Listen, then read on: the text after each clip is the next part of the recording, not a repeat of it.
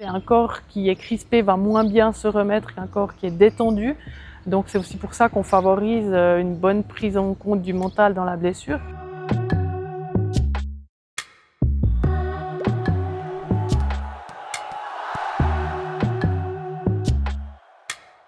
Parce que la blessure a un impact psychologique, c'est clair que ça coupe la carrière sportive de l'athlète.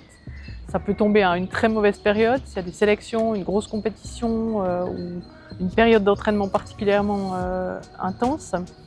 Donc c'est difficile de se retrouver à l'arrêt.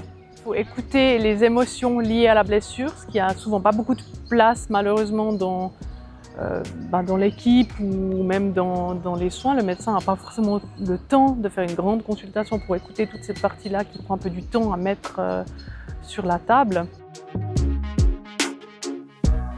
Pour les jeunes ou les enfants, on peut leur proposer de passer un tout petit peu plus de temps sur le scolaire, s'ils n'ont des fois pas le temps de faire le reste du temps. Donc voilà, ça va être de mettre l'accent sur certaines choses qu'ils vont reprendre ou prendre un peu d'avance s'ils peuvent.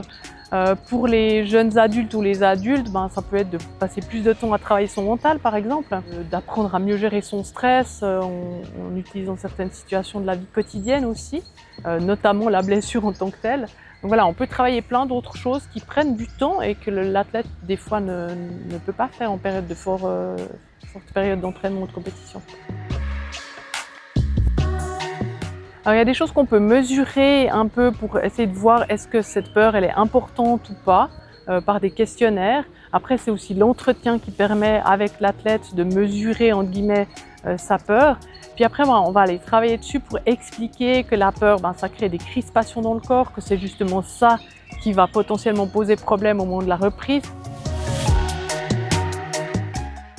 Alors, d'abord écouter le staff médical sur comment reprendre et écouter l'athlète sur comment il se sent, quelles sont ses émotions, qu'est-ce qu'il vit, est-ce que les choses évoluent favorablement ou pas et qu'est-ce qu'on peut faire pour lui, elle, pour l'aider à ce que ça soit positif.